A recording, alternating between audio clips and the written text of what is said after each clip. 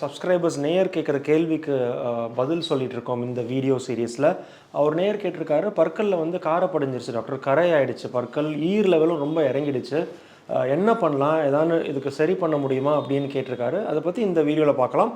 வணக்கம், என் பேர் doctor Arun, pearls பல் மருத்துவமனை, சென்னை ராஜா அண்ணாமலைபுரத்தில் 2009 நடத்திட்டு இருக்கோம். இந்த சேனல் இன்னும் சப்ஸ்கிரைப் பண்ணலைன்னா அவசியம் சப்ஸ்கிரைப் பண்ணுங்கள். பேர்ல்ஸ் டென்டிஸ்ட்ரி சேனலில் நிறைய videos dental health, dental awareness சம்மந்தமாக செஞ்சிட்ருக்கோம்.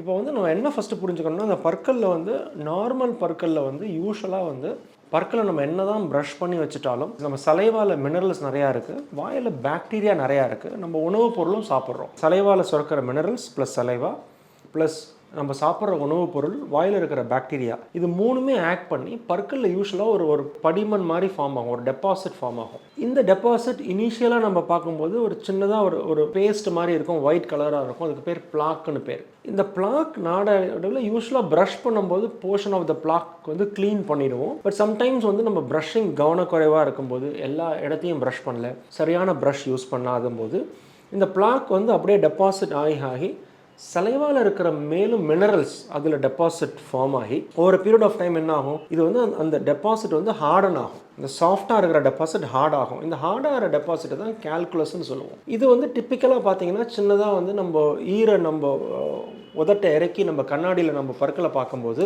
ஒரு சின்னதாக ஒரு எல்லோ கலர் ஹார்ட் டெபாசிட்டோ ஒரு ஒயிட் கலரோ, ரொம்ப அது அட்வான்ஸ் ஸ்டேஜில் ரொம்ப நாளாக இருக்கிற டெபாசிட் வந்து க்ரீன் கலராகவோ பிளாக் கலராகவோ மாறுறதுக்கு வாய்ப்பு இருக்குது. இந்த டெபாசிட் என்னது? இது வெறும் கலெக்ஷன் ஆஃப் பாக்டீரியா.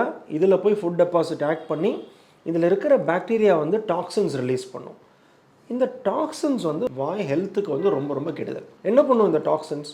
இந்த டாக்ஸின்ஸ் வந்து கொஞ்சம் கொஞ்சமாக அந்த ஈர் உள்ளுக்குள்ளே இருக்கிற வீக்கத்தை உண்டு பண்ணி ஈர் வீக்கம் அடைஞ்சு இரத்த கசிவு ஏற்படும். ஸோ அதை சில பேருக்கு சாதாரணமாக பேசும்போதோ ஒரு தம்பால் வந்து ஈரை ப்ரெஸ் பண்ணும்போதோ ஒரு ப்ரஷ் பண்ணும்போதோ ப்ளீட் ஆகும். இது வந்து ரொம்ப இனிஷியல் ஸ்டேஜ். ஸோ இந்த ஸ்டேஜில் வந்து நம்ம போய் டாக்டரை பார்த்து ட்ரீட்மெண்ட் பண்ணிக்கும்போது ஒரு பற்களை க்ளீன் பண்ணிவிட்டு ஈர் ஹெல்த்துக்கு ஒரு ட்ரீட்மெண்ட் பண்ணினா இதிலே வந்து நல்ல இம்ப்ரூவ்மெண்ட் இருக்கும். ப்ராப்ளம் வந்து நீங்கள் திரும்பி வராமல் once in 6 months once in year clean பண்ணிக்கிட்டா போகிறோம். இது நெக்ஸ்ட் ஸ்டேஜ் போகும்போது தான் ரிசெஷன் சொல்லுவோம், ஜிஞ்சேவல் ரிசெஷன் சொல்லுவோம். ஈர் லெவல் கீழே இறங்க ஆரம்பிச்சிடும். ஈர் லெவல் ஏன் கீழே இறங்குதுன்னா உள்ளுக்குள்ளே இருக்கிற எலும்பு லெவலும் சேர்ந்து இறங்கும். உள்ளுக்குள்ளே இருக்கிற எலும்பு லெவல் இறங்கும்போது மேலே ஈரும் இறங்கும். இதை நம்ம க்ளீன் பண்ண முடியுமா? க்ளீன் பண்ணலாம். க்ளீன் பண்ணுறதுல தப்பு கிடையாது, அவசியம் க்ளீன் பண்ணணும். க்ளீன் பண்ணனா இன்னும் ஜாஸ்தி தான் ஆகும். பட் இந்த ஸ்டேஜில் நம்ம க்ளீன் பண்ணும்போது யூஸ்வலாக வந்து ரெக்கவரி ஃபுல்லாக இருக்காது. இனிஷியல் ஸ்டேஜில் க்ளீன் பண்ணும்போது அந்த டெபாசிட் ஃபுல்லாக ரெக்கவர் ஆகிடும், ஈர் ஹெல்த்துக்கு வந்துடும். ஆனால் இது ரொம்ப அட்வான்ஸ் ஸ்டேஜுக்கு போகும்போது என்ன ஆகும்னா ரெக்கவரி ஃபுல்லாக இருக்காது. க்ளீன் பண்ணதுக்கப்புறம் பற்களில் கூச்சம் ஏற்படுறதுக்கு வாய்ப்பு இருக்குது. ஒரு பற்கள் நடுவில் இடைவெளி இருக்கும். ஏன்னா அந்த இடைவெளியில் வந்து டெபாசிட் இருந்திருக்கும்.